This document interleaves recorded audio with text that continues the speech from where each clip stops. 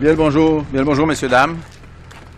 J'ai choisi de venir ici ce matin parce qu'il me semblait, à la lumière d'un espèce de niveau de tension qui va en augmentant, qu'il y a un appel à faire au premier ministre. Si le premier ministre, lorsque la COVID le lui permettra, se présente au Parlement, il va, comme on dit, pogner un 2 minutes. Il va réaliser, au-delà de ce qu'il voit à la télévision, que les alentours de la colline parlementaire sont en effet de plus en plus ont des apparences d'état de siège. Et là, ce qu'on observe, puis ce dont les médias font état, c'est de structures qu'ils appellent permanentes. C'est de l'hypothèse que l'occupation s'étire jusqu'au printemps. C'est, en fin de semaine, de contre-manifestations qui, par nature, créent un contexte extrêmement volatile. C'est un niveau d'épuisement des forces policières de la ville d'Ottawa au point, et je dis pas que c'est une bonne ou une mauvaise idée, mais c'est révélateur que le maire d'Ottawa lève le ton puis évoque la possibilité de l'armée. C'est intense comme concept même en soi, mais ça révèle une espèce de détresse qui s'installe, une perte de patience des citoyens, une perte de jouissance du droit de vivre en paix, des entraves à la circulation. Et en ne faisant rien, le premier ministre cautionne. Le premier ministre laisse ou donne comme message aux occupants, aux manifestants, qu'ils peuvent rester là autant qu'ils veulent. Et ça apparaît dangereux. Et ça apparaît d'autant plus dangereux dans le contexte actuel où ils ont des porte-paroles. Avant, on pouvait dire, on ne sait pas à qui parler. Là, maintenant, il y a des porte-paroles qui se sont désignés eux-mêmes comme porte-parole dans la journée d'hier. On comprend qu'il y a quelqu'un qu'on peut appeler et dire, OK, s'il vous plaît, allez-vous-en. Et ça fait partie des gestes qui sont nécessaires de poser. Et je veux réitérer, finalement, la proposition que le Bloc a fait hier.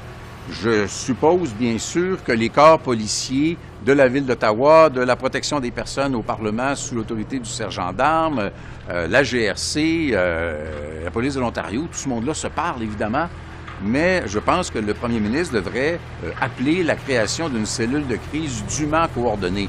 Il faut, d'une manière ou d'une autre, qu'il exerce un leadership. Permettez-moi de citer Jacques Parizeau, là. Les gouvernements sont faits pour gouverner. Et le premier ministre semble refuser activement de gouverner. Or, il faut que des gestes soient posés. Il faut que les gestes soient posés rapidement pour rétablir la paix ici sur la colline parlementaire et dans la région d'Ottawa. OK, donc, vos demandes, c'est créer une cellule de crise spécialement dédiée à ça, que le premier ministre aussi s'adresse aux porte-paroles qui sont maintenant connus, c'est ça, les deux grands axes? Je pense que la mécanique, c'est pas nécessairement que la première personne qui lui parle soit le premier ministre. Je pense que ça serait un peu intempestif, mais il y a des gens qui, informellement, peuvent prendre contact, voir s'il y a une capacité de discussion, s'il y a une capacité de discussion qui se déroulerait d'une façon le moindrement civile. Là, oui, le ministre ou premier ministre peuvent parler à ces gens-là, ou premier ministre, pardon, peuvent parler à ces gens-là et dire, écoutez, avant longtemps, il y a des gestes qui vont être posés.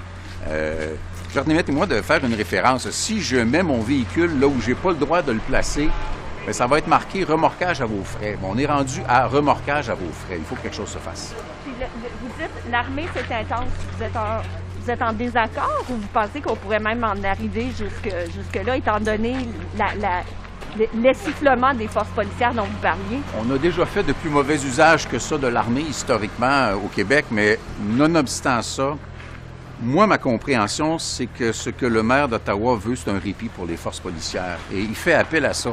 Maintenant, la présence de l'armée, c'est un message lourd. C'est un message lourd, oui, qui veut dire vous ne ferez pas n'importe quoi ici, mais qui, en même temps, peut avoir une réaction d'intensification. C'est pas ce qu'on veut. C'est un recours ultime, mais le simple fait que le maire d'Ottawa y ait pensé révèle un niveau de détresse important. Comment vous expliquez-vous que M. Trudeau s'en lave les mains, c'est peut-être pas le bon terme, mais il dit c'est aux autorités municipales. Comment vous expliquez qu'il n'a pas posé de geste? Si la crise n'était qu'une crise d'Ottawa, un enjeu de circulation locale, un stationnement qui n'est pas respecté, je dirais, je comprends. Mais la crise prend une connotation nationale. Écoutez, vous n'avez qu'à allumer la télévision, puis vous allez voir, puis aller sur les réseaux sociaux, l'information en ligne, vous allez voir, tout le monde parle presque exclusivement de ça. C'est une crise et un enjeu à caractère canadien. Le premier ministre du Canada ne peut pas en faire fi. L'élément déclencheur, bien qu'il y ait beaucoup d'autres ingrédients dans la recette, a été une entente correcte, d'après moi, bilatérale entre le Canada et les États-Unis. Ça a été un point déclencheur. Le premier ministre ne peut pas simplement, puis je comprends qu'il y a la COVID, puis ça l'empêche physiquement d'être ici, mais il a fait plein d'autres activités, là. Fait qu'il peut, une semaine après avoir simplement dit un peu des injures à tout le monde, réapparaître et se donner une carrure de chef d'État. Dialoguer avec les gens, ça peut être Ne confondons pas dialoguer et négocier. Ces gens-là font quelque chose d'illégal, la preuve en étant que la Ville d'Ottawa va distribuer des contraventions.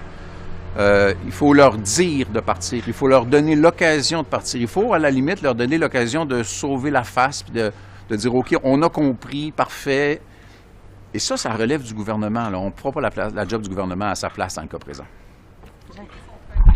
Parce que là, ce qu'ils disent, les manifestants, c'est qu'ils ne partiront pas tant qu'on ne lèvera pas les mandats de vaccination obligatoires et tout. C'est pas la manifestation qui est illégale, c'est sa forme. C'est l'occupation des rues, c'est les klaxons la nuit, c'est un stationnement sur la ligne pointillée au milieu d'une rue. C'est ça qui est illégal. Que des gens expriment un désaccord avec les positions du gouvernement, en soi, c'est correct. Mais la manière de le faire est évidemment illégale et outrageusement dérangeante. Et c'est à ça qu'il faut s'en prendre. Cette solution, vous croyez, c'est quoi? Moi, je pense qu'il faut inviter clairement les gens. Il faut que le premier ministre dise, si vous ne partez pas, il y aura quelque chose de fait. Pour l'instant, le premier ministre dit, si vous ne partez pas, soyez sans crainte, je ferai rien. Merci, M. Blanchet. Merci beaucoup. Bonne journée. Bonne journée.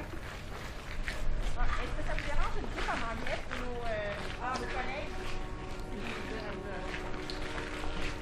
Tant qu'à vous avoir là. Allez-y avec une question. OK. So what do you think Trudeau should do at this point? Something.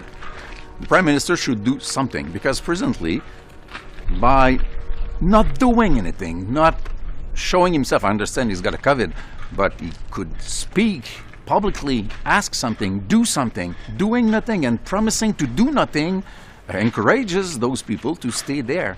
The idea of what they ask is not by itself illegal, but the way they do it, being parked in the middle of a street and making noise in the middle of the night, is illegal, and this has to be stopped. So what do you think? Bringing the army, is this an option? It's a bit extreme as a measure, but I understand that if the mayor of Ottawa asks the Prime Minister to consider this, it's because there's a distress within the police forces. Those people are exhausted and they need some support somehow. So the idea is by itself quite shows a lot about the situation. Merci. Merci.